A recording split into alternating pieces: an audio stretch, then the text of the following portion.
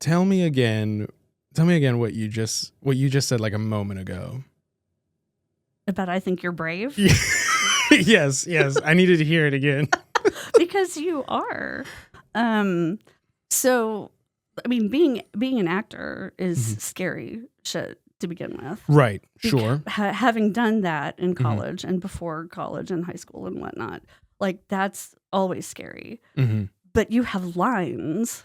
Yeah, you know what you're supposed to do. Scripted materials. Right, in every moment. And so the fact that you're going off with no script, with people who could say anything. And you're just like, right. Oh. And then you have to make it entertaining. Hopefully, yes. Put it all together in a way that is palatable and interesting. That's why I think you're very brave. Thank you. Because I couldn't do it. I think you could. I think you'd be a really awesome podcast host, I think, but we'll see. And you said before we started that you don't listen to any podcasts. No, I don't at all. And this is the first one you've ever listened to. Yes, that's incredible. Because Only Murders in the Building doesn't count because it's not a real one. Right. I can't believe I have the honor of being the first podcast.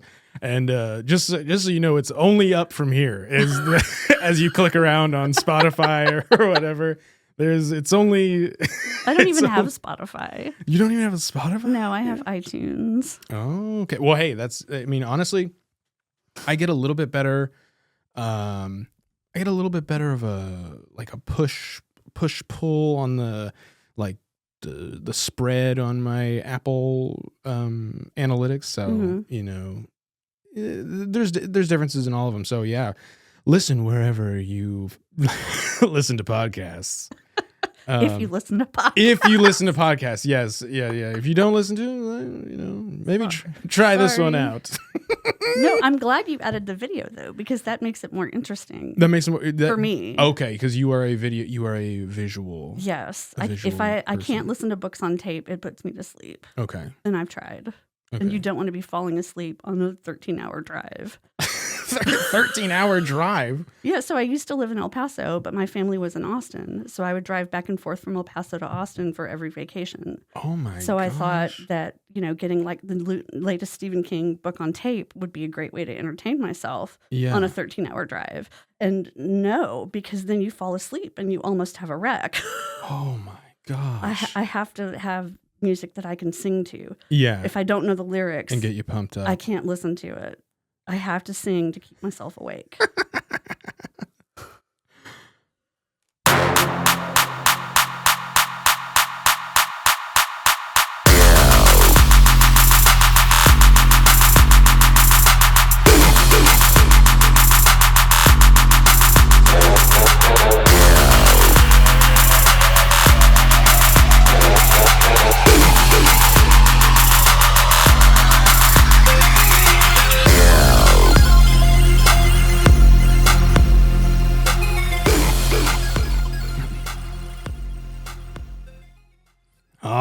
Welcome to Worst Impressions. I am your host, Eric Anderson, and I've got a very special professional episode. Yeah, I know. Everybody's like, oh, professional? No. A professional episode for you today. I've got Mrs. Kathleen Laundy in here. Professor Kathleen Laundy. Professor Laundy. What? Prof sure. Laundy. Sure. What do you prefer? That's a really loaded question, and you don't even know that. Yeah. Oh, really? Yeah. Why? Well, so when I was in school in the 80s, back in the dark ages, we called all our professors by their first names in theater, right? Not like your English history. Sure. The people that you worked with every day were all Susan, Jimmy. Okay. So when I became a professor, I mean, even in graduate school, my teachers were Michael and Nancy Jo. Mm-hmm. They were not Professor Smith. Interesting. But then when I got to MCC, like I carried that over. Mm-hmm. And so I was just Casey to everybody for the first 5 years. Sure. And then the head of our department back then was like, no, we need to be more professional. Like we have tenure, we have associate professor now, an assistant professor. We have all these, like the universities do. we have graduates with honors, so everybody needs to be called Professor so and so. Okay. And so that was really weird for me, but I'm like, okay, if this is a thing we're gonna do, Yeah. right? And then, of course, as soon as I got everybody used to calling me Professor Cochran, I went up and got a divorce. Sure. And then got remarried, and then now I'm Professor Laundy. But back then, there were a couple. There's always students who think that everybody is a doctor. Yes. I feel like I was one of them. Yeah. Well, you're so scared. You're so because it's like, well, what if they are and you don't call them a doctor? Yes, because the head of our department was very, very proud of her PhD, and also very upset when anyone else got called a doctor who did not have a PhD. Yeah. And so that's a little bit of an insider so if you're a listener from McLennan Theater, you know what we're talking about. Right. And so there's always freshmen who would come in and call me, Dr. Cochran or Dr. Laundy, and I'd have to correct them and go, no, I don't have a PhD. I have an MFA, so you can just call me professor, don't call me a doctor. And then when they figured out why I was telling them not to use that name, that title, then they would specifically use it anyway. Interesting. In front of the certain other person just to be annoying and irritating. Right. So that is a very loaded question. That is why. That is extremely loaded. So as for our listeners, you want to be Professor Laundy. Got it. Mm-hmm. Or a lot of students just call me Laundy. Okay. Hey, Laundy. Yeah. Hey, Laundy.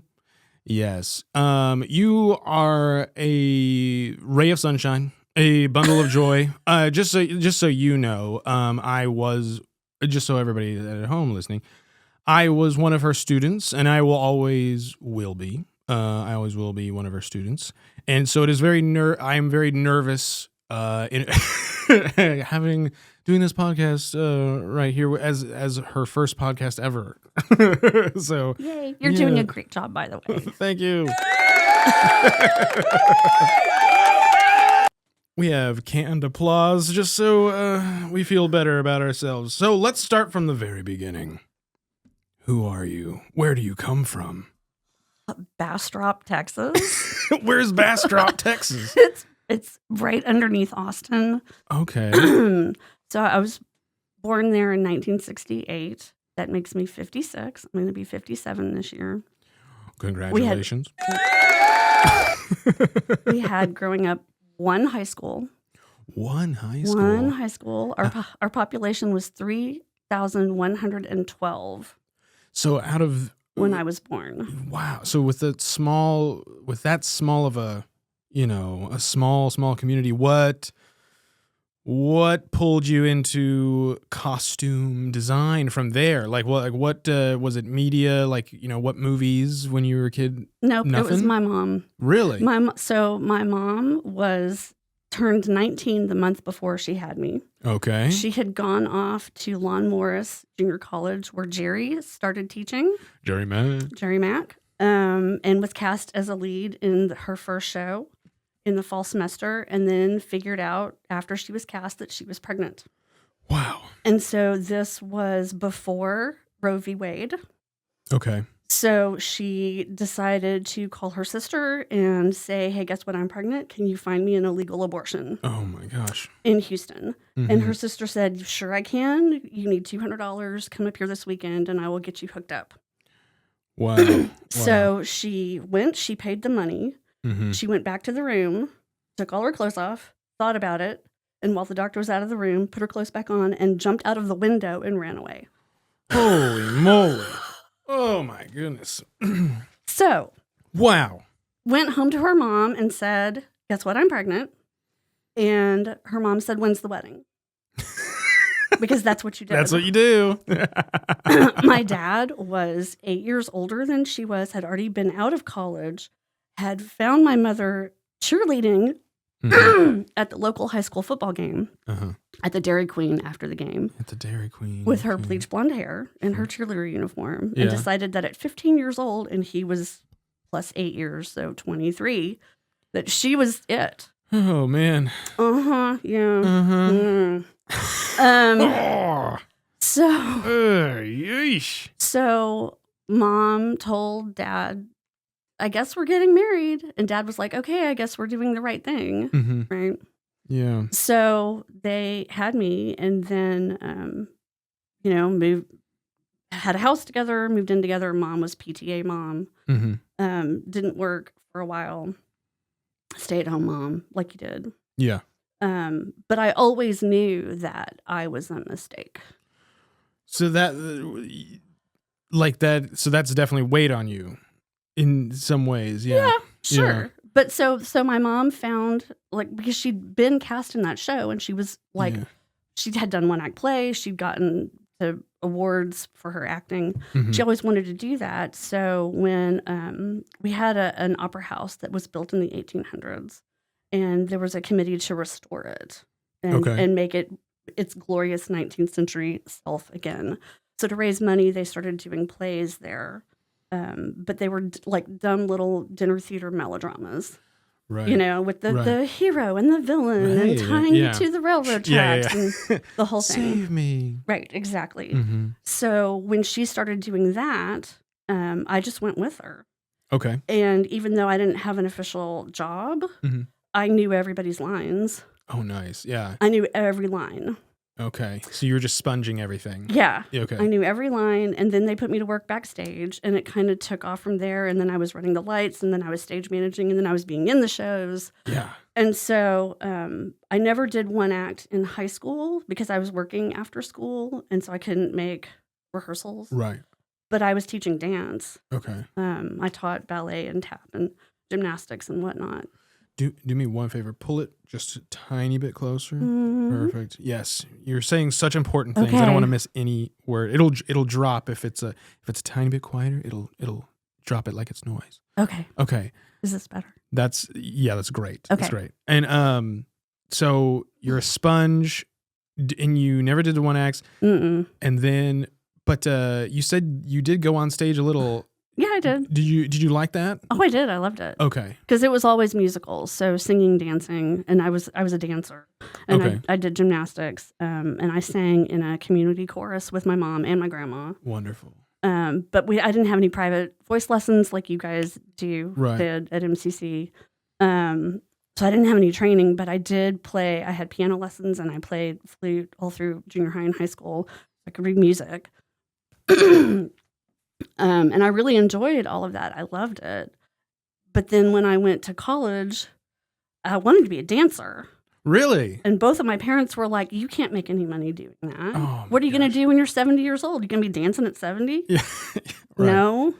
So I was also really good in science, and I had gone to the international level of competition in science fair. Wow. Yeah.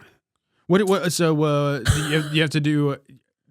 Do you have to bring a presentation or a project to that? What did you do? Well, so I did it my junior and senior year. I was in biology 1 and 2 and chemistry 1 and 2 those 2 years.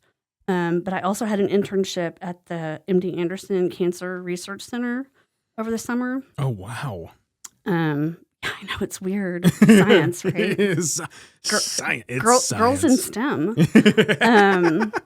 So I did that, and then I had my first project was, I don't even remember, but the second one, the one that went to international competition, was peroxides, can they be teratogens? Okay. Was the title. So I don't mean like hydrogen peroxide, I mean like the peroxide that's in pimple cream.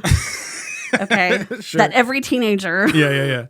Sure. Benzoyl peroxide, put it on your pimples. And a teratogen means, is it a birth defect cancer-causing thing? Okay. And the answer was yes, in fact. Whoa. They are. Whoa.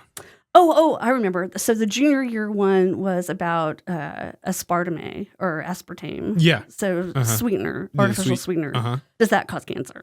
And yes, it does. Yes. Yes, in fact, it does.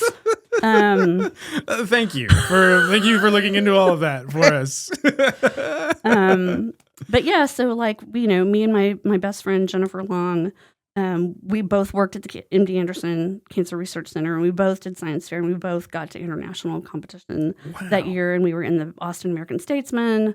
But that year, the year before, the International Science Fair had been in Puerto Rico. It was so exciting. Yeah. The year that we went, it was in Fort Worth. Like just a couple hours down, a couple hours drive.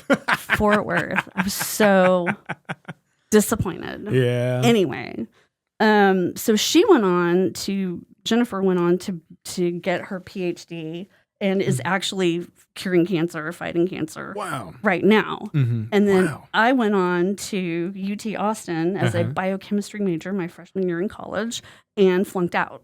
Okay. 1.181 was my GPA my fall semester. Oh my God. Well, what happened there? Like what? Okay. You start partying? No. Oh my God, no. No. So like I said, one high school in our whole town, right? And so even though I graduated number 8 in my class, with an all A average, Bastrop, our tiny little illiterate one-horse town, did not prepare me for UT Austin. I know exactly what you're talking and about. how big that was. Yes. Like, I couldn't even drive around Austin because of all the one-way streets. Like, driving scared me. Yeah, everything it's so foreign. Like, even, you know, you're just like, what? Right. What? It was a whole different world. Mm-hmm. And the classes that I had placed out of freshman English because of my SAT scores. Oh, nice. And so I took chemistry, calculus, and I was trying to get into English 2, 1302, but the class was full and I couldn't get in. And so I took gymnastics and I took tap for my load. Okay. So my chemistry class had 600 people in it, and the teacher was from Budapest. Okay. And the first words to the class that he said were, I speak little English. I am from Budapest. I ride on board. Let's go. Oh, man.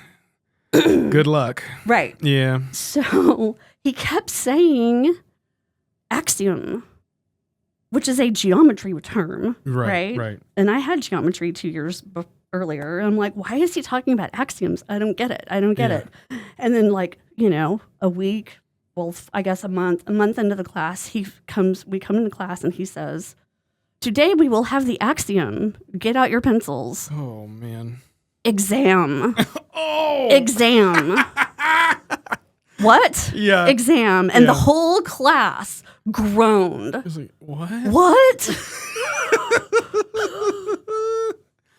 Because he didn't give out a syllabus. So you weren't the only one. No. 500 of the 600 people in that class failed the class. Yeah, okay. Because that is UT's mission, is to flunk out all the freshmen, take their money, and make them go away. Brutal. It was brutal. So I flunked that class. The calculus class was better. There were only 30 people in my class, and the teacher was from America and spoke English as his first language. The homework was easy. Yeah. There was lectures, and then you had a lab once a week where you could go like check and make sure you're doing the homework correctly, where the student TAs would help you. The homework was easy. The final one question, you either got 100 or you got a 0. Interesting. I got a 0. So I flunked because the homework didn't count for a grade. Yeah. You had one question. Your whole grade was based on the one question. So I failed. So this all leads, like, I'm still like, where? So how did I get to theater? How does this? Right. Okay. So my other 2 classes, were gymnastics and tap. And I'd been teaching gymnastics and dance for a long time. So those were I thought would be really easy classes. Gymnastics was death by gymnastics. Okay. Because UT has a team and they compete. Yeah. Right? So I went in thinking it was going to be extracurricular and fun. And no, it was like, if you can't do a round off back flip flop, double twisting, full blah, blah, blah on the first day. Yeah. You don't need to be in this class. Right. So, yeah, like I stayed in that class longer, but then realized I can't keep up with these girls. They're too good. So I dropped that class. But Tap, our teacher, she's great. She was pregnant while she was teaching Tap. Wow. And then was like, okay, I'm going to have the baby. And then we'll be back in class on Monday. So you get Thursday, and the weekend off. But then I'll be back on Tuesday. So, and she was. Wow. What the? Yeah. What? No, it was amazing. There was a sign on the blackboard when you first walked in on the first day that said, if you can't run a 4-minute mile, you need to drop this class. Count me out. And of course I couldn't, but I'm like, I don't believe that. Yeah. I think I'm going to do fine. Yeah. I'm gonna challenge. I'm going to this. do fine. And I did, and I made an A. So that was my 1 A and 2 Fs and a drop. Okay. So I had a 1.181. Okay. That was my fall semester. Anything is possible. Right. Yes, anything is possible. UT was a disaster. And I was staying, my aunt and my dad's cousin, kind of like my aunt, both of them were in sororities, and they had both gone to UT, and they both wanted me to be in their sorority. Of course. And they wanted me to go through Rush, and so I had to stay in the pre-sorority dorm. Okay. Called Scottish Rite Dormitory. All So right. it was only for girls who were going to go through Rush and be in sororities. It was very fancy smancy. You had to wear a dress to dinner every night. You had waiters, boy waiters that served you dinner. Oh, yeah. What? It was super fancy. Is this still schmancy. going on? It is I'm still so going out on. of the loop with rushing and all that stuff. So I specifically told both of them I don't want to be in a sorority. I don't want anything to do with this. I am totally not sorority girl. Right. But my mom would not listen to me. And so that was my dorm. Now, I didn't go through Rush because they couldn't make me, right? But my roommate at the dorm was like everybody else went through Rush. And as soon as the other girls in the dorm figured out I wasn't going to go through Rush and did not like anything about the whole sorority Greek thing, and I wasn't gonna be one of those girls, they every time I was gone, they would tear up my side of the room. No. Oh yeah. What? Oh yeah. Tear it up. It was bad. Oh my god. It was really bad. Tear it up? Yeah. Break your stuff? Well, take all my clothes out of the drawers and take all my posters down What and the hell? hide my books and What the hell is this? it was bad. It was like Luna Lovegood, right? In Harry Potter. That was me in the sorority. You dorm. are Luna I am Lovegood. Luna Lovegood. Luna Lovegood. I would have to go looking for my shoes. But also, I wasn't about to wear a fucking dress to dinner every day. Yeah, no. Either. I mean, I would if someone, I would, but not every day. Every day. Because you had to be a little lady, proper, and you had to wear a dress. You're going to be a lady. Yeah, and you have to wear makeup, and you have to fix your hair. God. So that did not last long. Yeah, not your jam. No, it was not my jam. So I suffered through a miserable fall semester, and then I flunked out, and then I went home, and over Christmas, my mom divorced my dad. Okay. And I had a sister who was 8 years younger than me. So instead of going back to UT in the spring... Oh, the other thing is I was going to change my major from biochemistry, because that didn't work out, to dance. Nice. Fuck you, parents. Yeah, this is what I want to do. Yeah. So, of course, we didn't have computers or the internet. So I filled out all the forms to change my major. Signed up for all the dance classes that I thought I should be in. And then I got a letter back saying, you didn't audition. Who are you?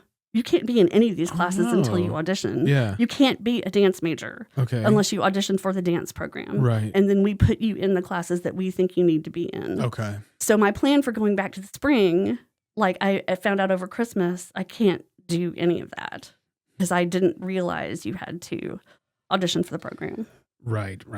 So since my mom divorced my dad and my sister and my mom were alone in the house, I'm like, well, I'm just going to stay home for spring. And I'll help help. I'll take care of things. I'll like drive my sister to school and whatnot. Since I can't go back to UT and I don't know what I'm going to do with my life, and like everything is falling apart. And I was still working at the Opera House doing shows with my mom. And I was like, I don't know what I'm going to do with my life. And this one guy who was working there that summer, can I say Talistraco? He's dead now. Okay. Yeah, sure. Yeah. He's dead. I don't think he'll come after us. Yeah, no. I've had some things happen where I think stuff is coming after me, but did you sage this room out after your appendectomy? We're working on it. Yeah. I had some sage. I could have brought it. We're getting there. Don't worry. We've got the Ghostbusters. Okay. They're on the way. If I have an appendectomy after this, I will come after you. Have you not had it out? No. Have you not had one? No. Appendicitis? Okay, well. No. I haven't even had my tonsils out. I really hope that doesn't happen. I will feel terrible. The most insane turn of events. Oh, please don't. Oh, God. Okay. So back to where was I? Oh yeah, Talistraco. So like they have a theater camp in his honor now, in his name. Oh, okay. He's a very famous Texas theater person at the high school level. He taught all over Texas. Like he went to state a bazillion times. Like he's very famous. I didn't know it then, right? He had just started his career in the 80s. And so I said, I don't know what I'm going to do with my life, Tal. Like I flunked out of school and I don't know what I'm going to do. He's like, well, why don't you do theater? That's what you're doing now. Yeah. Like, you know everybody's lines. You're always here. Why don't you major in theater? I'm like, okay, but where would I do that? Okay, I know it's going to sound weird. Go to Texas A&M. I'm like, they have theater? They have theater? And he's like, yeah, they do. It's actually a really small program. They don't have very many majors. It's like the best kept secret on campus. Interesting. You will fit in. It will be like you're back in Bastrop. It's small. It's not like UT. Everybody's really friendly. And I promise you, if you go there, you will have the time of your life. So over the summer, like in July, I applied to A&M. I had to lie to them to say that I'd never been to UT and flunked out. Yeah. That I'd spent the whole year working for my dad in his office. Oh, wait. Yeah, so this was... So not to like age this, but like, so there's no way for them to check with UT. Okay. No. Because if you don't tell them you go to school somewhere, why would they check there? Okay. Right? I wonder if you can still do this. I wonder if that works now. It will totally work. Are you sure? Yes. Okay, well, all right. Yeah, if you flunk out of a school, just don't tell the next school you went to that school. Yeah. Don't give them transcripts. Don't out yourself. No. Right, cool. Tell them you took a gap year because your parents got divorced, so you were working at your dad's office to help take care of your little sister. He literally had to write me a letter. Wow. Yeah. That I'd had a gap year. That's Big awesome. lie. Okay. My same SAT scores that got me out of freshman English at UT did not get me out of freshman English at A&M. Oh, that sucks. So I had to take freshman English. It's just a little bit about like the standards, I think. Okay. So like my same scores okay. placed me out of freshman English at UT, but did not place me out of freshman English at A&M. I had to take it. They expected more. They expected higher scores. Interesting. Yeah. And my grandfather had went to A&M. He was in the Corps. He was in World War II. And so he was very excited that I was going to go there. And I applied. I got accepted. I got accepted as a theater major, and I got an invitation to the auditions that were held before school started, like we used to do. We would have auditions the week before. But I didn't know I was going to have to prepare anything for the audition. Nobody told me that in the letter. So I showed up. I drove down there. I showed up at the audition with all these people that I didn't know. And they're like, okay, 2 contrasting monologues. And I'm like, 2. On the spot. Let's see what you got. You got a song? And I'm like, no, I don't know. And so, like, we had a meeting first, right? And that's when I found out all the stuff that I did not prepare. Absolutely. So I started crying and I ran out. Oh, no. I left. Yeah. And then when classes started, This my favorite ever director there, his name is Robert Wink. He's also dead, but everybody called him Coach because he was the acting coach, and so all the kids called him Coach. That's cool. He's like, I noticed that you were at the audition and then you left. Mm-hmm. You want to tell me what was up with that? I'm like, I didn't know I was going to have to prepare anything, and I didn't have anything prepared.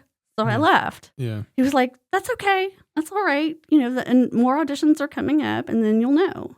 I'm like, that was really kind. Right. It wasn't just a dismissal. Yeah. Interesting. And so I started all my classes, and I met all my best friends ever there, and we're all still in touch. And that's awesome. Everybody who was at that program at that time, who was a theater major then, like almost all of them are still doing theater now. That's great. Like, it was a great program. Like, everybody goes, A&M theater? Yeah. Yeah, they did. Yeah, it was a great program. That's good. Because, it seemed like there was a lot of positivity, kept people's spirits up, and wasn't, soul crushing.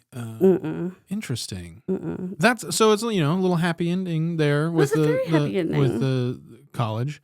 Okay. So at what point does it turn costume design?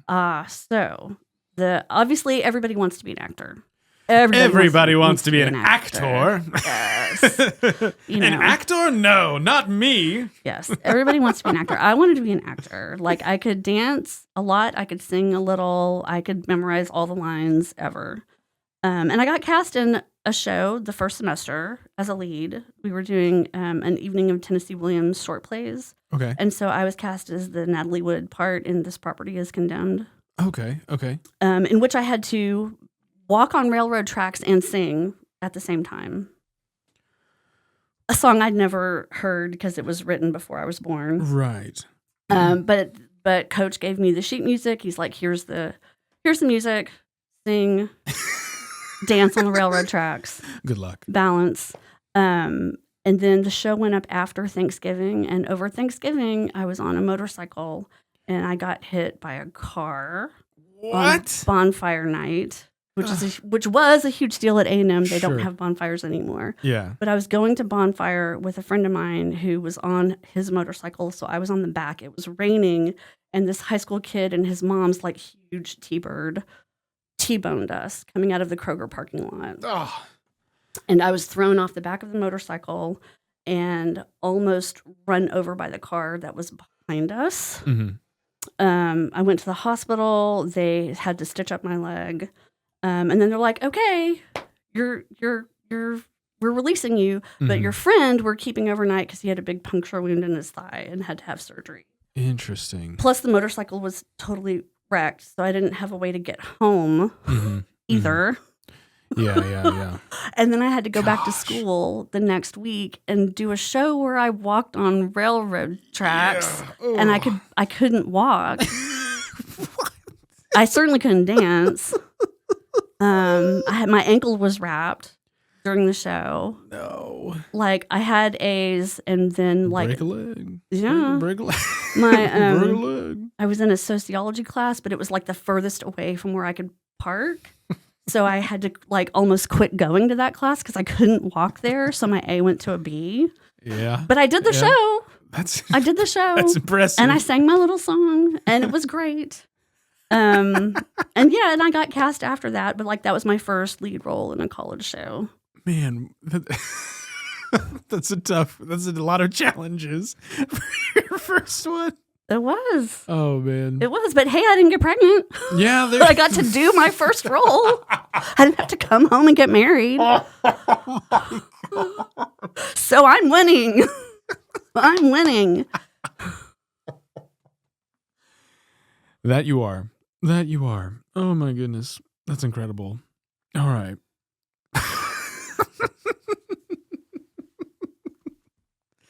Okay.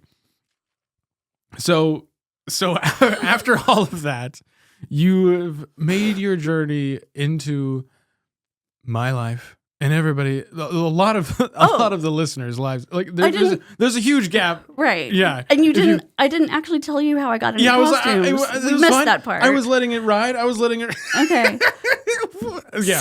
So okay. How do we get from the motorcycle accident to MCC? We get from acting actually to costume design by way of lighting design.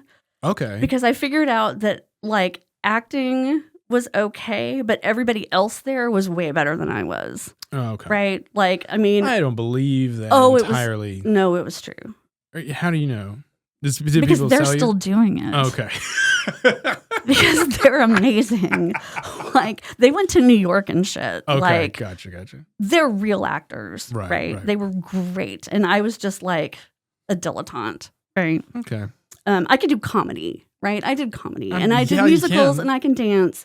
But like, the real heavy, like Shakespeare stuff, sure. no. Okay, yeah. So then I decided, well, I love doing tech, right? And I love lighting. And so I'm like, I'm going to be a lighting designer and I'm going to go on tour with Rush, my favorite band. Ooh. Like that was my dream job. Wow, yeah. I'm going to do lights for Rush. And I did lights for every single show after I stopped doing acting for like up through my junior year. And I put off the costume class that I had to have to graduate as long as I possibly could because I didn't want to do it. So my mom sewed, my grandma sewed, like they both took home ec, they both made us Easter dresses and Christmas dresses and birthday dresses. Right. And my mom tried to teach me to sew and knit and crochet and do needlework and all this stuff. And I'm like, I hated it. Yeah. Hated it with a purple passion. Couldn't do it. You hate it? Okay, yeah. Hated it. Sure. Hated it. And my mom, and especially because my mother was trying to teach me, and we were both so very frustrated with each other all the time. Like my mother couldn't teach me to drive. My dad had to do it. Yeah. My dad had way more patience with me than my mother. So of course my mother couldn't teach me to sew. Yeah. Like that wasn't going to happen. So, and also our costume designer at that time at A&M, I didn't like her. She was mean. She was mean. She taught makeup. I had to take makeup. She was mean. So mean and scary. So I put off taking the class. Yeah. Okay. She left to do whatever over the summer. And the shop manager, who's a brilliant designer, and I love her, said, well, if you stick around this summer and you're doing the shows, then I can teach you the costume class that you need. Mm-hmm. And I was the only one in the class, so I got private lessons, and we did line and winter. And so I went from not sewing at all to making 13 costumes over the summer for that show, for a period show. Wow. And after that, I'm like, this is amazing. Really? I love this. This is so cool. Because the best thing about it was after amazing lights for a show, the show's over, the lights don't exist anymore. That's you true. Got nothing to show for it. But when the show's over and you've done costumes on it, you still have the costumes. They still exist. So that is very interesting.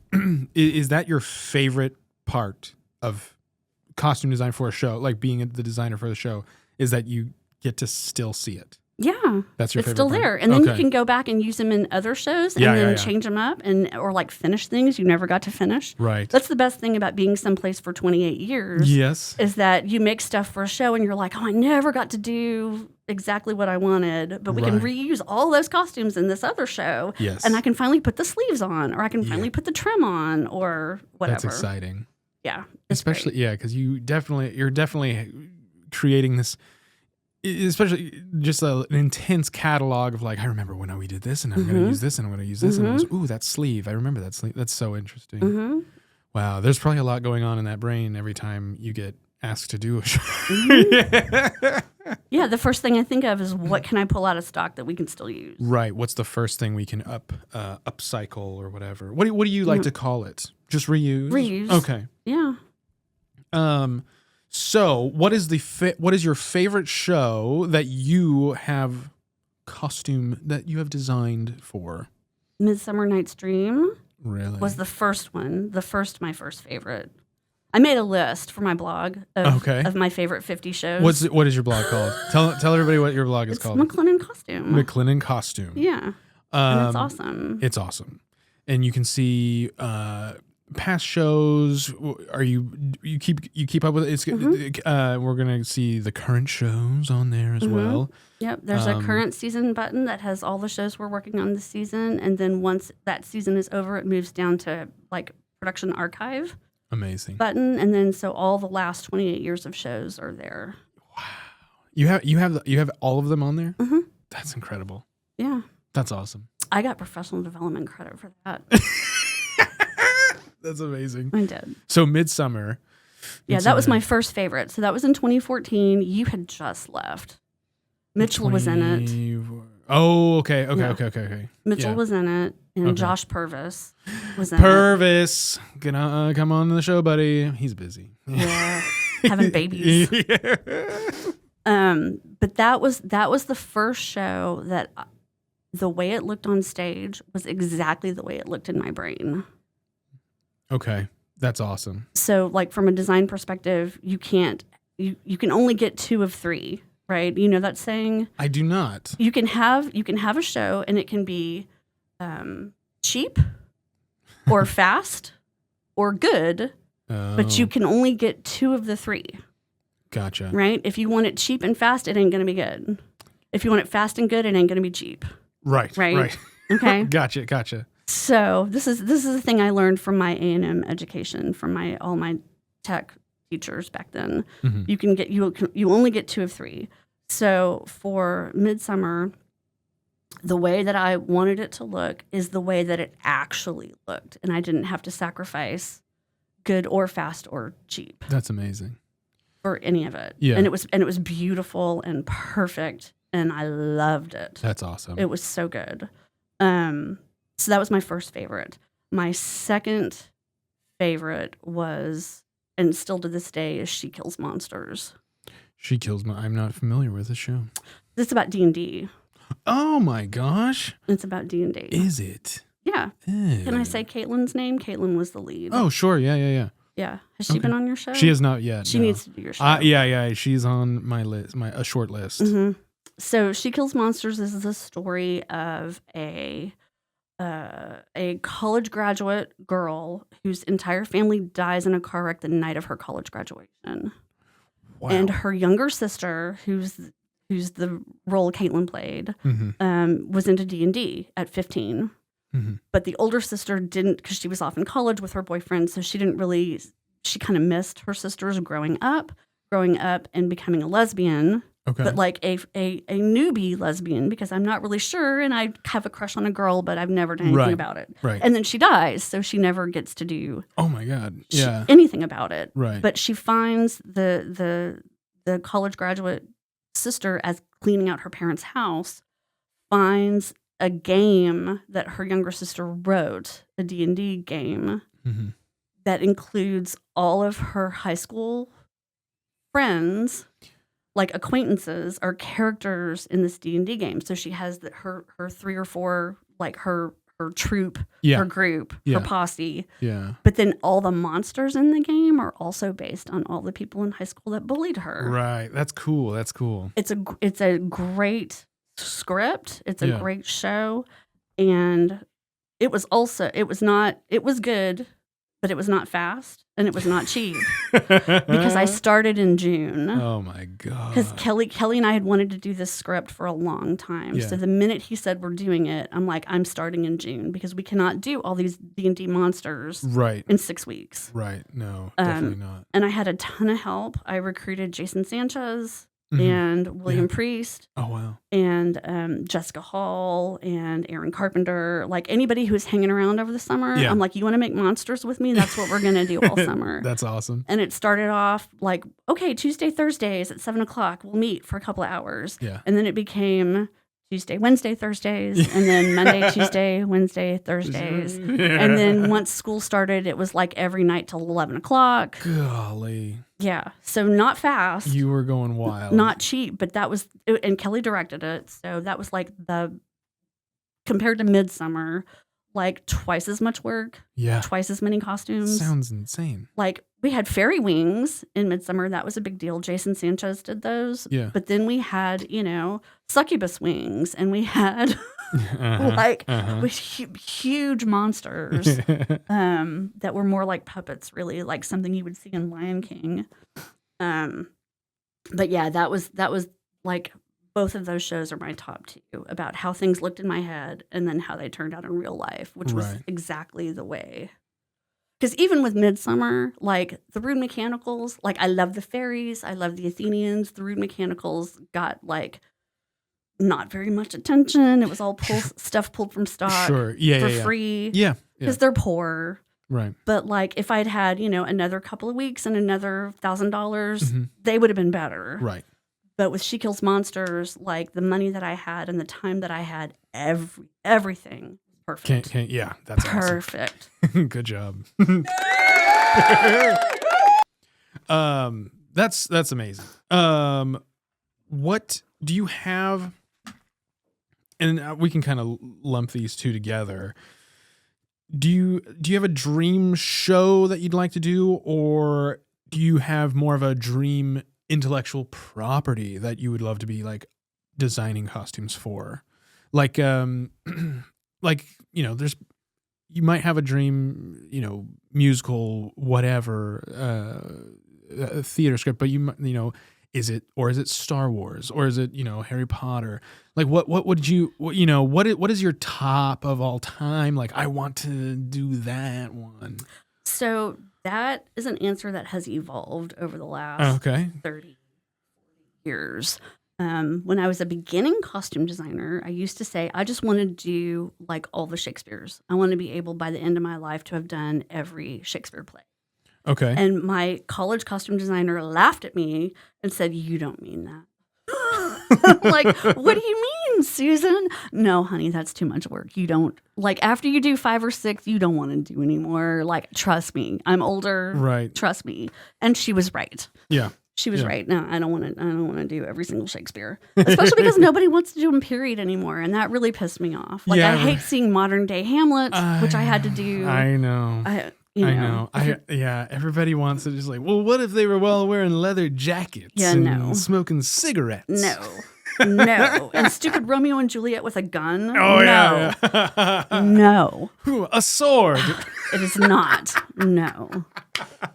But, in fairyland, right, of unlimited money and unlimited time and unlimited talent. Yes. Right? Mm-hmm. Like, sure, who wouldn't want to do an MCU, like Marvel Avengers movie? I just wanted to make sure. I just was like, is it MCU? Is it Star Wars? Yeah, I was like, it's one of the big ones. Yeah. Which one is it? Who wouldn't want to do Star Wars? I love Star Wars. God, you said Harry Potter. Okay, I am very conflicted about Harry Potter because J.K. Rowling is a TERF and we don't like her. Right. Sorry, if that is giving you problems, you can no, it's fine. Bring it back. Yeah. We've talked at length about Harry Potter on this show, and we're just like, what do we do? What does everybody do about it? You know what I mean? Here's my opinion. Once the Me Too movement happened, and we have people like Kevin Spacey and Johnny Depp and Amber Heard, all of that, right? Like, how do you watch those shows with those people who have problematic pasts? Sure. How do you read things by authors that have problematic pasts? And JK, I think for me was the worst because Harry Potter was so big. It was so big, and for my children, yeah. I read the first book when it came out in '98 and loved it, and then reread every book every time they came out. Like, I've literally read the entire series 67 times. It was the only. That's not an exaggeration number. That's incredible. That's like, that's insane. That's amazing. Like, and for me, like, it got me into reading. Like, because like 98, like, it was like right around. So like first and second grade, I was like, oh, here we go. Like, I'll read these. I'll read these over and over. Right. And so like it got me. It was the only thing that really got me in a, accelerated reading program for Texas or whatever, that really helped me a ton. So it means means a hell of a lot. And Right. and I got to grow up with them coming out. Yes. And so, but go on. So you've read it Right. over 60 times, 66 times? 67. 67. Wow. Yeah. Well, see, because the reason I know this is because I read the first book and then I immediately read it again like that day. Like I read it and then I read it again. Yeah. And I gotta go run this back. Yeah. And so, because it was so good. Mm-hmm. And then the second one came out. So I reread the first one and then I read the second one when it was new. And then when the third one came out, I reread the first one and the second one before I read the third one. So like if you add all of that up, by the time the seventh book comes out, I have read the whole series 67 times. Oh my gosh. And of course, they started the movies before she'd finished the series, so that's always a problem. Yeah. And I'm always, because I read so much that I don't want to watch a movie if there's a book until I've read the book. I want to read the book first. Sure. And then watch the movie. I don't want to have my perception. Because then you're thinking about the movie the whole time. Right. Right. But yeah, the way I deal with intellectual property of people who have done bad things is that, especially with Harry Potter, thousands of people were employed. Like that was their livelihood. Thousands of people, all the props people, the costume people, the production people, the lighting people, all the actors, like especially the big three with, Daniel, Emma, and Rupert. And they have all come out against her. Yeah. All of them. Yeah. And so even though I don't give the franchise any more of my money for licensed gear. Oh, okay. Right. Okay. But I still own all the books. Yeah. And I own the American released cover versions of the books, and I also own the UK cover versions of the books because it's different. You're not a book burner, is what you're saying.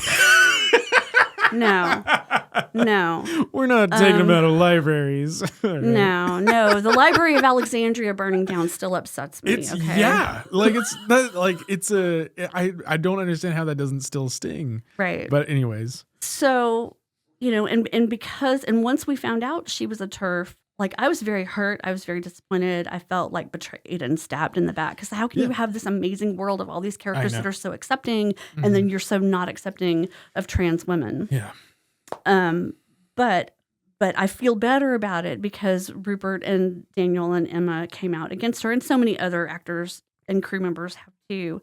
And I followed their careers so closely because they were children, right? Yeah. And I want them to be successful post Harry Potter, and I don't want them to lead the lives of other child actors who have killed themselves with drugs. Yeah, oh yeah. Right? Or alcohol. And there was a little scary moment for Daniel, I think. He was doing things he shouldn't have done.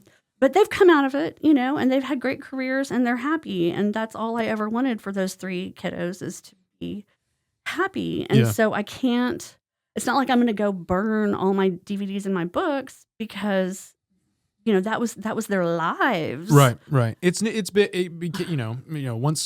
Once she got it published, it just became bigger than the books. And everything's bigger than it now. So yeah. And you can't not appreciate the work that went into the 8 films. Right.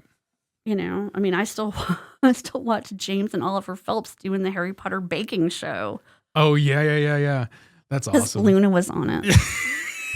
big Luna fan. Yeah, I met James and Oliver Phelps at a Comic-Con. Wow, they're very sweet. That's amazing. So you have given so much of your time, but when I spoke to you about doing the podcast, it seemed like you were like, I've got a lot to say.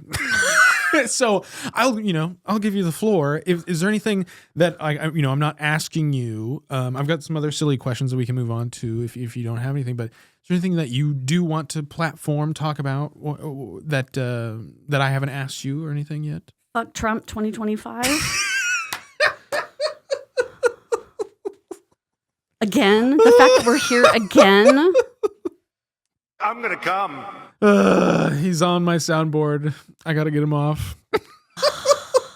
I mean, I didn't. Nobody thought this was going to happen in 2016, and then it fucking happened again. Yeah. So there's that. I was talking to Kelly just a few nights ago, and I was like, it is interesting for me. I'm experiencing this weird circle of like infinite loop situation, because when he got elected the first time, I was doing fight choreography and doing stuff with Kelly and the folks that were doing that MCC, and it was like I was in the mix with MCC and doing theater and everything, and now it's happened again, and now I'm doing a show this season and being involved more and talking to everybody, and I'm like, there's just a lot of like deja vu, and it's just happening, and it's a weird feeling, like, things are repeating itself in the wrong way, and definitely in the wrong way. Yeah. My deja vu feeling is that we're about to have another pandemic. Right. Even though the pandemic happened at the end of his presidency, I feel like we're going to have one now. I don't even want to I'm glad you said it, because I was like, I don't want to say this, but like, it just feels like,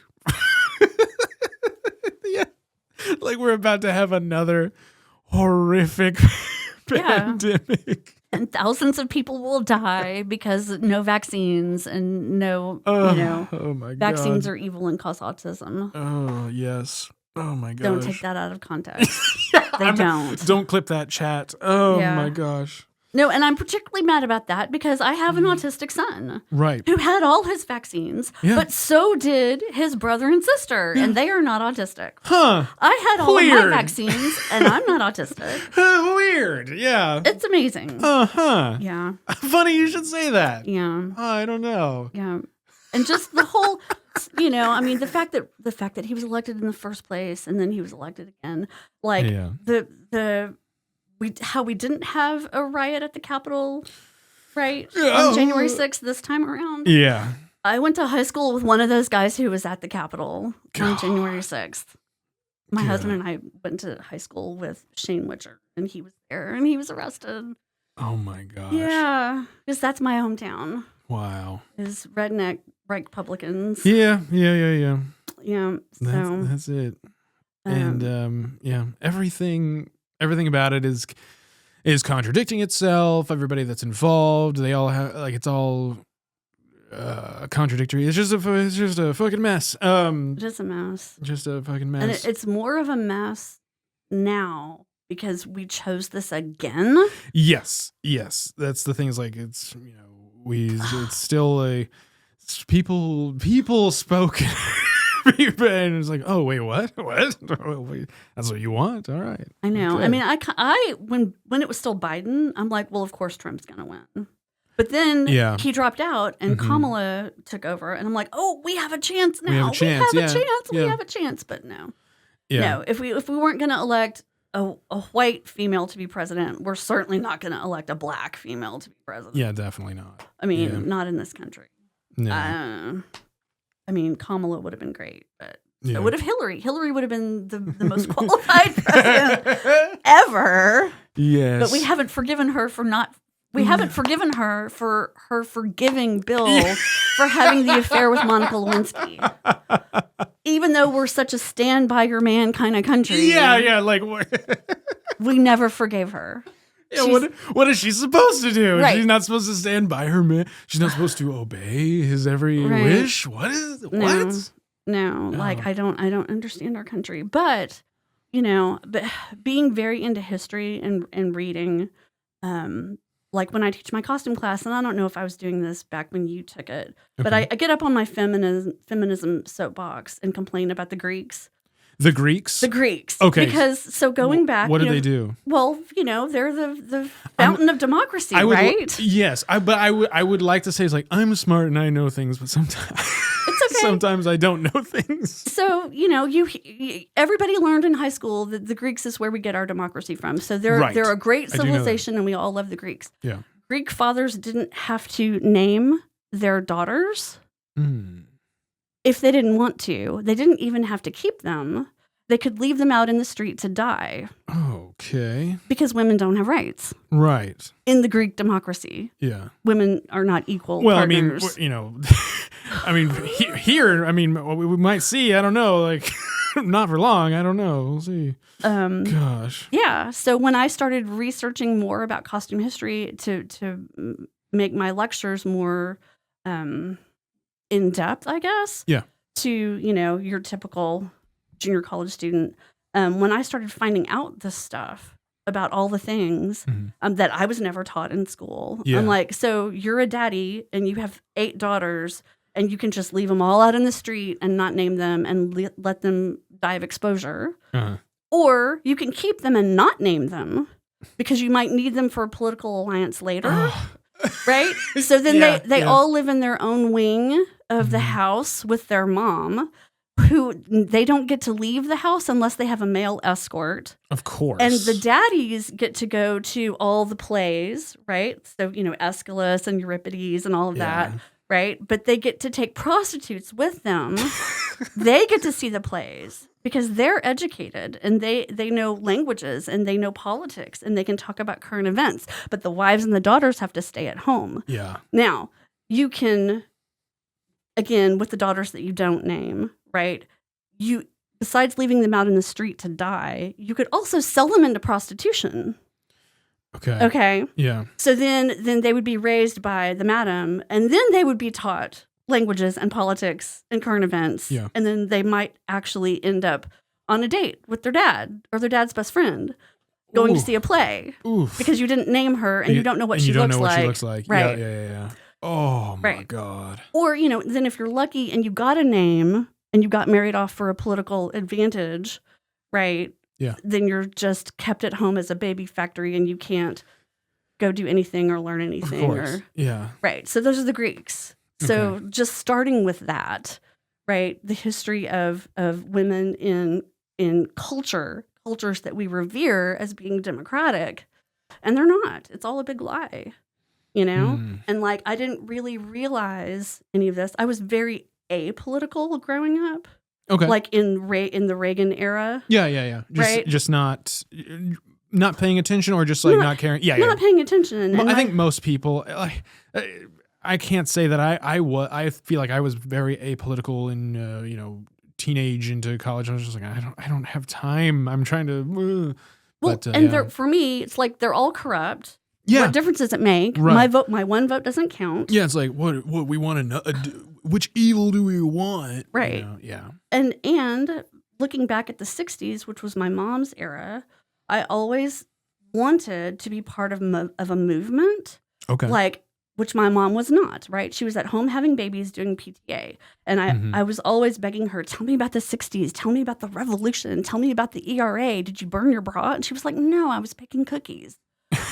Right? Yeah. And so I always wanted to, I wish I could have been born 20 years earlier. And I wish I could have, protested and marched and burned my bra. And she was like, be careful what you wish for, because you might get it. Yeah. And then I did, but not until I was in my 50s. Project 2025. Yeah. So here we are. Here we go. And all the misogyny in our country kind of crept up on me. I didn't really notice. And I didn't start voting until I moved to Waco. Yeah. And the first election I voted in was a bond election for MCC. Okay. Because politics is local. Right, that's my big thing. Right. Your one vote for Hillary or Trump, that doesn't matter. Right. It's everything. Yeah. What's going to affect you first is going to be the most local thing you can vote for. That's what your one vote counts for, is getting the bond election passed for MCC. And then I started trying to kind of put little feelers out about where I was politically, and I started being more interested in it. And then the whole Bush Gore hanging Chad debacle of Florida back then. Yeah. I'm like, this is the stupidest thing I have ever seen. And then 9/11 happened. Yep. And then so each little event brought me more and more, opened my eyes more and more to about what was going on and how unfair everything was for women. And then I had an autistic child. And then how unfair and debilitating the society is for special needs kids. Yep. And having to be an advocate for him with the schools and with insurance and with social services, it just never ends. And then I got divorced, so I got remarried. And then with the remarriage came 2 more ADHD kids. Yeah. And one of them was a girl. Mm-hmm. And then I realized, eating lunch at Mountain View Elementary, that like all the signs, they were like doing a new like book fair or whatever, and like the toys that you could win. And there was a big poster of all the toys, and they were all boys. Yeah. Like 25 different boy characters. Boy toys, yeah. No girls. God. No girls. And I'm like, girls don't want to win a toy Yeah, exactly. that looks like them?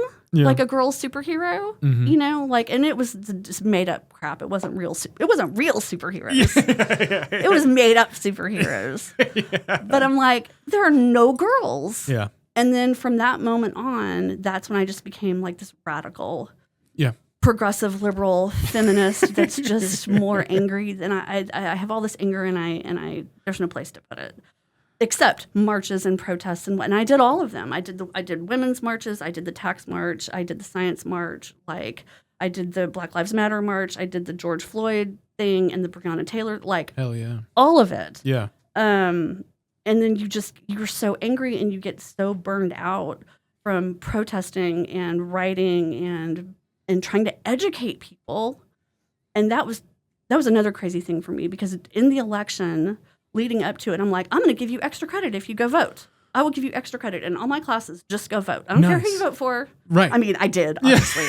But like, I'm not asking you to prove to me that you voted for the right person. You don't have to take a picture of it. Right. Yeah. I'm just saying, register to vote. I will give you 5 points extra credit, and then go vote. Show me your I voted sticker, and I will give you another 5 points extra credit on your final grade. Perfect.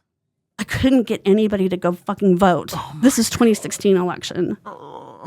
Nobody did. Nobody cared. Yeah. You know, and I heard a lot of comments from students saying, it doesn't matter, they're both bad. It doesn't matter. I'm like, Yeah. Yeah. You have no idea. And the minute that happened, I'm like, I'm an educator, and I have students that are believing all this bullshit. Yeah. I have to educate them. That's my job. Yeah, I'm not gonna lie to you. I believed mine didn't matter. I believed that nothing mattered. I was definitely of that age and group for a long time, and then I had to like go out on my own and then life happened, and I was like, oh yeah, no, things matter. And like things have consequences, and group decision making. Be a part of the group, and help influence the right decisions. Like, so yeah. It's a tough thing, and I applaud me and my applause people.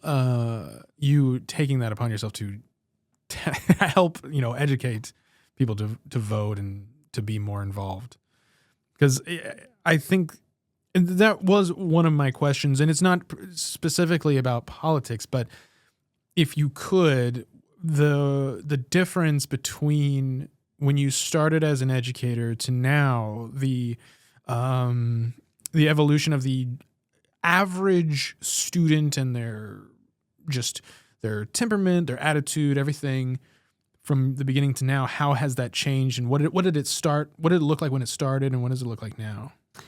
Okay, I started in 97, and those group of students were party kids. Okay. And they were all about going to raves and smoking pot and doing coke.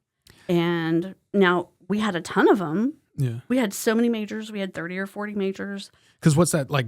Sorry, I was a baby. Yeah, but but there's that grunge era. Like they were grunge and stuff. Yeah. Okay. Yeah. And raves were a brand new thing. Yeah. But it was all about how much can you drink, how many drugs can you do, and still come to class and still make functional. Sure. And that's all they would talk about. Yeah. Was like, I got so drunk last night. Oh, so drunk. I'm like, great, so this. And it got to where, like, if they would show up and it was clear they were still under the influence of whatever, I'm like, you need to go home, because this is not safe for you to be working here. Right. You need to go home. But we still got all the shows done, and the shows were all really good. because most of the kids at least had that work ethic that I'm going to get drunk the night before, but I'm going to still make it to class. I'm still going to show up and I'm still going to do the job. Mm-hmm. And then that evolved to, what do you mean when you have to do all this work? Oh, it's too much work. I can't. And so like, people call it the dumbing down of the curriculum, but totally. Yeah. Like I agree.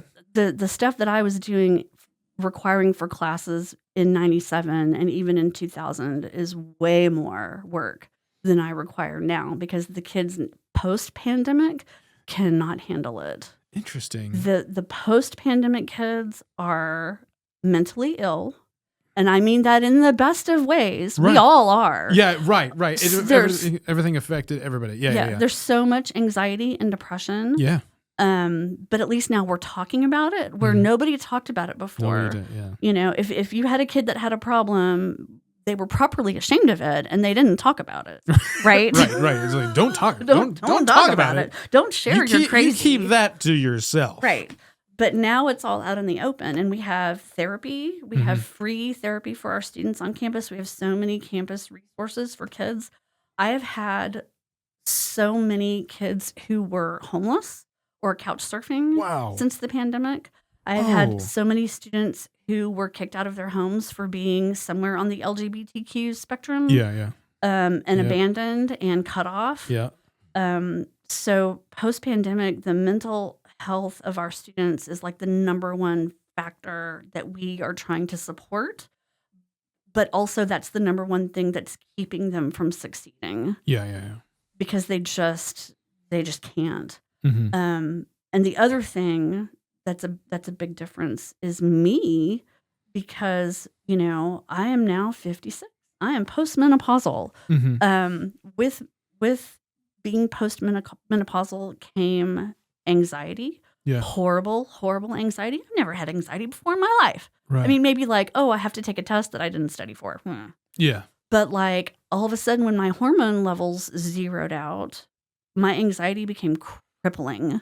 I couldn't leave the house. Like it was bad. Really? Yeah. Wow. And that started in August this year. Well, this last year. Gosh. And so like I was doing postmenopause fine until August when school was about to start. Oh no. And then I'm like, I can't. And I was like, I'm a burrito and I will stay here on the couch and all I can do is watch movies and I can't even look at you and I just need to be like a burrito. I need to be like a burrito. Yeah. Oh no. You can throw him. It's fine. Okay. He's fine. So, and having, at least I had the experience as a parent and a wife of having ADHD kids and an autistic kid and kids who always needed therapy and a husband who needed therapy. And so the whole like, there was no stigma of medication, pills, therapy, psychiatry. So I'm like, once I recognized, it only took about 3 days. Once I recognized that I'm having an anxiety attack. I need help. So I immediately called up a psychiatrist. I'm like, I need an appointment. I need some medication. I need some therapy. Like, and that may be, I mean, it's a horrible thing and I wouldn't wish it on anybody. But at least for me, it helped me so much identify and sympathize with my students for what they were going through. Sure.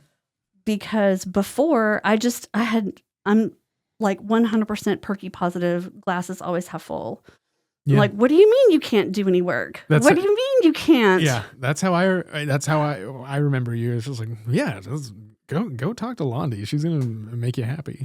Yeah, She's because positive. I'm positive and everything is positive and everything always works out for me. Yeah. My husband is like Deadpool,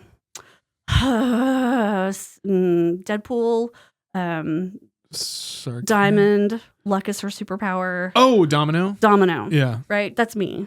My husband says. Oh, okay. Everything always works out for you. Yeah. Like your life is perfect. Nothing bad ever happens to you. Nice. And so that's how I was up until this last August. Damn. And then I was like, I can't function. I can't function. No. And I'm on so much medication right now.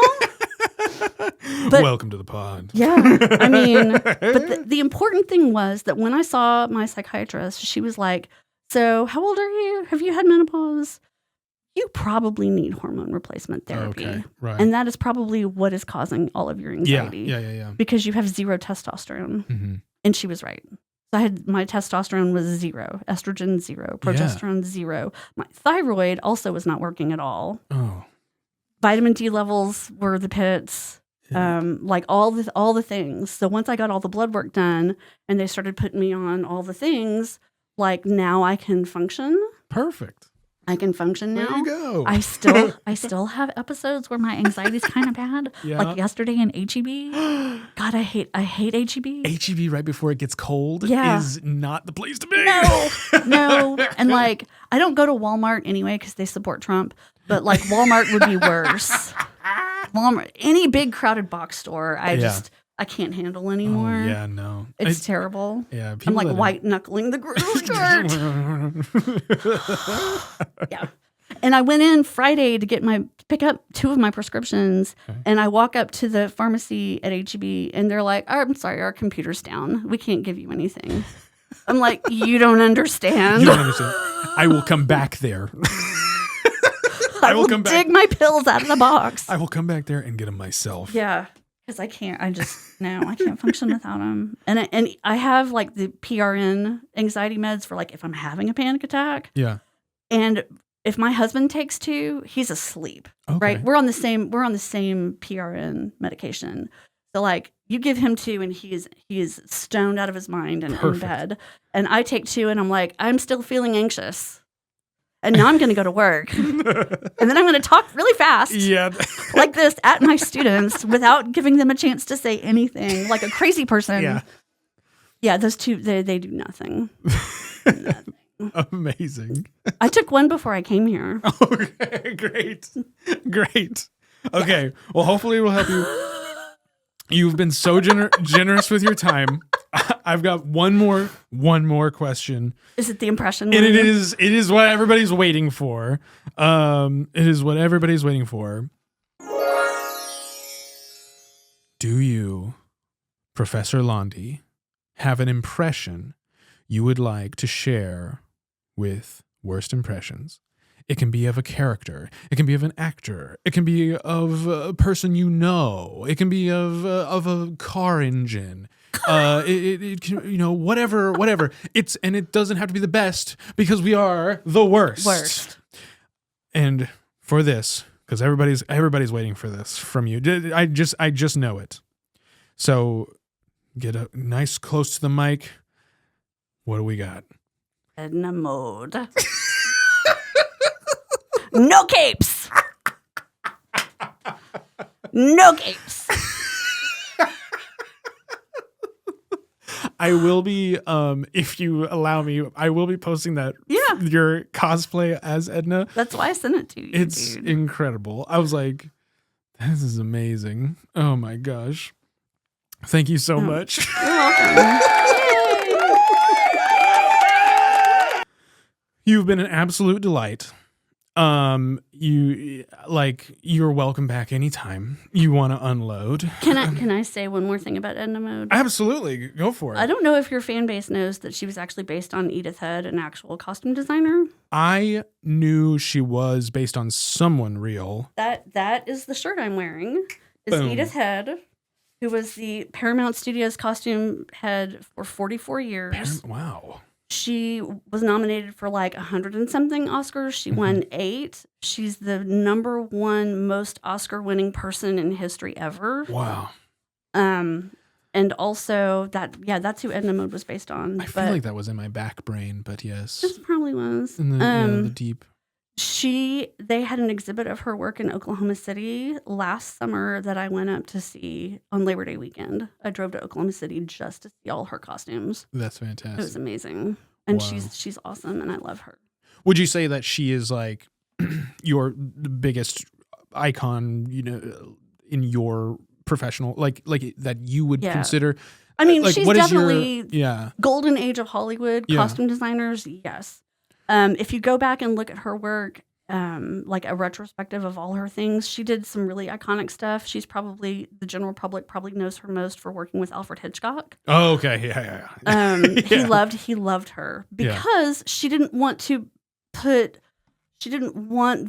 movie to be about the fabulous dresses. Mm-hmm. It should be about the characters. Mm-hmm. So that's what made her different from the other people who were working at the same time she was in Hollywood, because it was about how can we dress our stars to be so really fabulous. Yeah. And she was like, no, it's character first. It's character first. Not your vanity. Right. Not these actors' vanity. Right. But she I love her because she always knew how to handle celebrity personalities. Mm-hmm. That's why all the female stars of the day wanted to work with her specifically. Yeah. Because and just like Edna Mode, she wore little black suits. She had her hair pulled back. Yeah. She had her little glasses on. And she always looked the same because she wanted whatever she put her actresses in to, while they were standing there in the fitting looking in the mirror, she wanted the actress to only look at herself in the gown or whatever, and not look at how great the costume designer was dressed. Right. So she always dressed down to make her starlets feel extra special. So that was it. That I learned a lot from her. Like, and I mean, not that anybody in junior college is like, oh no, I'm a diva, I should look the best compared to how I look. I was about to ask, like, and this will be my last question. It's just like, how do you enjoy? I don't know. It's not enjoy, but how do you handle difficult personalities? Yes, egos, and This is every costume designer what they hear their whole career from newbie actors and actresses. Either this makes me look fat, or this makes me look stupid. And I've heard both of those things a bazillion times, and it's always from twig bitches who wear a size 8. Always. And like, especially since the pandemic, I am 40 pounds heavier since the pandemic than I was before. Don't fucking tell me that makes you look fat when you weigh 100 pounds. Shut up. Oh my gosh. Twig bitches. Sorry, me and Rebel Wilson have a lot in common. But yeah, you have, that's part of teaching is that you have to teach them. It's not, I get that you would not wear this in real life. Right. But your character would absolutely wear this. Yes. And this is what the styles looked like during the period that this play is set. Exactly. And this is how you will look. Exactly. And you will love it. Yes. So shut the fuck up. Don't complain to me. I don't want to hear it. Oh my goodness. Like, if costume designers have a terrible reputation for being evil fucking bitches, but that's why. But it's, you're that is exactly why. You're ironed out in the forge, hit over and over with it. You're just like, I'm going to be a bitch. You were not a bitch when we made you into Edna whatever for Hairspray. When I was in drag for Hairspray. Oh yeah. Yeah, no, I was always pumped. I remember, it was just fascinating because that was my first introduction to anything like run like a professional anything. It was just like, oh my gosh, they're making a costume for me. Like I didn't like because. And the fat suit that you had to wear underneath of it. Yeah. We had to do that first. It was awesome. It was incredible. That was your entire costume class. I don't think you actually did any work. You just stood there so that I could make a fat suit for you. That's how you got your grade. So I lucked out on the planning of like how the show and the semesters were worked out. Because notably, I am bad at costuming. But I do really love when people are good, like you and Jason and everybody and Jessica. But oh my gosh, this has been incredible. Before you go, let's plug. We've got what was it called? McLennan Theater blog. It's McLennan Costume. McLennan Costume. And then we have General Organa. Mm-hmm. Yes. And then how would you do? And that's the one you said that one earlier. So that is the blog that I started in 2016 when Trump was elected the first time, because I was so angry and I didn't have any place to put that angry stuff. Yeah. And also because we thought we'd probably be rounded up into camps. So I couldn't put it on my, I had some of the stuff, some of the earlier stuff was on my McLennan costume blog. And then I realized I can't have that attached to school. Right. Because I don't want to be fired from my job by my personal opinions. So that's when I took it all of that personal stuff, took it off and made a separate blog for all my angry feminism stuff. Yes. So, yes. And then that kind of 2020 kind of went by the wayside because we got rid of him and we're surviving the pandemic and there's nothing really to write about until this summer when all the new election hype started up. And I'm like, okay, now I'm angry again and I can't. Back. Right. Well, so, yeah. That's incredible. I will put both of those in the show notes, links to them. Thank you so much for being here. Everybody give a round of applause to Professor Laundy. Please follow on Instagram. TikTok is no more as of right now. Don't even bother with that anymore. We'll see if the accounts get reactivated, whatever. Yes, and you can find us anywhere. Share it. The freest, cheapest way to support the podcast is to share it with your friends, your family. Share it on your social media. But if you'd like to support monetarily, we have our Patreon. That'll also be in the show notes. And you get episodes early. You get be a part of the Discord. Thank you so much for coming. You have anything you want to tag in there? Are you good? I have literally just talking to you. I have a million more questions. So I'm going to write them down, and hopefully you will want to come back. I would love to come back. Yeah. I would love to do a part 2.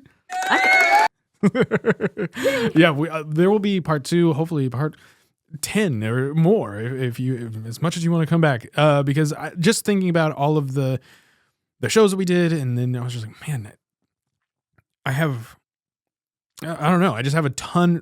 As we kept opening more doors, I was like, there's a lot more we could talk about. So I'm deep like a well. Perfect. That's perfect for podcasting. So thank you so much for coming. Thank you all for listening. I'm your host, Eric Anderson. This is Professor Laundy. Y'all have a great day. Good night. Don't forget to spay and neuter your pets. And so long.